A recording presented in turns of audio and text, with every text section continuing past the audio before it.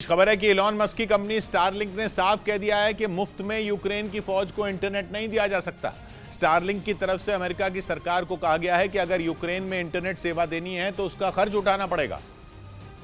और अब वो खर्च यूक्रेन दे या अमेरिका दे, लेकिन इंटरनेट की सेवा अगर यूक्रेन को चाहिए तो पैसा तो खर्च करना ही पड़ेगा। यूक्रेन में चल रही जंग को 8 महीने होने वाले हैं। इलॉन मस्क भी शुरू से ही यूक्रेन को इंटरनेट सर्विस दे रहे हैं। शुरू में तो इलॉन मस्क ने यूक्रेन की मदद के लिए हाथ बढ़ाया था, लेकिन अब तक इलॉन मस्क की कंपनी को उनके इंटरनेट के लिए पैसा न तो यूक्रेन से मिला और न ही अमेरिका से। अब तो यह भी साफ नहीं है कि ये जंग आखिर खत्म कब होगी, क्योंकि जब तक ये जंग चलती रहेगी यूक्रेन की फौज को तब तक इंटरनेट की जरूरत पड़ती ही रहेगी। यही वजह है कि मस्क की कंपनी को भी अपना बजट देखना पड़ रहा है और ये सोचना पड़ रहा है कि वो जंग का बोझ अपनी कंपनी की बैलेंस शीट पर कब तक डाल पाएंगे। दावा तो ये भी है कि हर महीने रूस की फौज स्टारलिंक के सैकड़ों उपकरणों को नुकसान पहुंचा रही है और हर महीने स्टारलिंक को वो उपकरण बदलने भी पड़ रहे हैं। ऊपर से यूक्रेन की फौज की उम्मीदें भी कम नहीं हो रही। अभी तक स्टारलिंक के करीब 5000 टर्मिनल यूक्रेन की फौज को दिए जा चुके हैं, लेकिन यूक्रेन की फौज ने मांग की है कि उन्हें जल्द ही 8000 टर्मिनल और चाहिए। ऊपर से हर महीने स्टारलिंक को अपने कम से कम 500 टर्मिनल बदलने पड़ रहे हैं। ये वो टर्मिनल होते हैं जो जंग में रूस की फौज के हमलों की वजह से नष्ट हो जाते हैं। शुरू में तो इलॉन मस्क जंग में खुद शांतिदूत बने हुए थे। यूक्रेन की मदद के लिए वो दोनों हाथों से स्टारलिंक का खजाना लुटाने में लगे थे, लेकिन अब लगने लगा है कि दुनिया की शांति और यूक्रेन की जीत से पहले उन्हें भी अपना कारोबार देखना है। इसीलिए अब उन्होंने अमेरिका की सरकार को पूरा बजट बनाकर भेज दिया है और ये बता दिया है कि उन्हें यूक्रेन की मदद के लिए कितने पैसों की जरूरत पड़ेगी।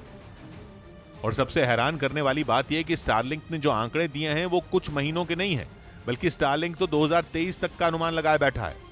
मतलब मस्क ये मानकर चल रहे हैं कि यूक्रेन में चल रही जंग 2023 तक खत्म नहीं होने वाली। इस साल यूक्रेन की फौज को दी सेवाओं के लिए मस्क की कंपनी को $12 करोड़ यानी करीब 1000 करोड़ रुपए का खर्च का अनुमान है, जबकि 2023 तक यूक्रेन को इंटरनेट देने के लिए मस्क की कंपनी पर $40 करोड़ यानी करीब 3200 करोड़ रुपए का खर्च आ सकता है। यूक्रेन के लिए इस वक्त इंटरनेट सबसे जरूरी हथियार है। रूस की फौज पहले ही यूक्रेन में पहुंचने वाली इंटरनेट की तारों का पूरा जाल तबाह कर चुकी है, लेकिन स्टारलिंक का इंटरनेट सीधा सैटेलाइट से पहुंचता है, इसलिए पुतिन उसे रोक नहीं पाते। इसी इंटरनेट की मदद से यूक्रेन की फौज ने रूस को कई बड़े झटके दिए हैं। लेकिन सबसे बड़ा सवाल यह बना हुआ है कि आखिर इस इंटरनेट का खर्च मस्क की कंपनी को देगा कौन, क्योंकि अमेरिका की सरकार ने अब तक मस्क की चिट्ठी का कोई जवाब नहीं दिया है।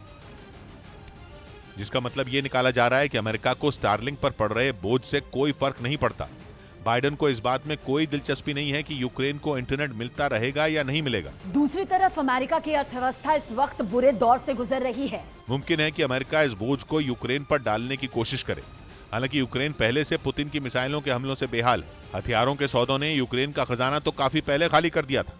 मतलब साफ है कि यूक्रेन को मस्क का सहारा मिलना कभी भी बंद हो सकता है। अमेरिका के नॉर्थ कैरोलिना में हुई गोलीबारी की घटना सामने आई, जिसमें पुलिस अधिकारी समेत 5 लोगों की मौत हो गई। इस फायरिंग में कई लोग घायल भी हो गए, जिन्हें इलाज के लिए अस्पताल में भर्ती करवाया गया। घटना की जानकारी मिलते ही पुलिस ने कार्रवाई कर हमलावर को हिरासत में ले लिया। हालांकि हमले की वजह का पता नहीं चल पाया। खबर है कि 10 नवंबर को देश की 5वीं वंदे भारत एक्सप्रेस को हरी झंडी दिखाई जा सकती है। यह ट्रेन चेन्नई से मैसूरू के बीच चलेगी और इसी के साथ दक्षिण भारत में भी वंदे भारत एक्सप्रेस की सेवाएं शुरू हो जाएंगी। चेन्नई और मैसूरू के बीच चलने वाली यह ट्रेन करीब 483 किलोमीटर की दूरी तय करेगी। हाल ही में प्रधानमंत्री मोदी ने गुजरात और हिमाचल में तीसरी और चौथी वंदे भारत एक्सप्रेस को हरी झंडी दिखाकर रवाना किया था।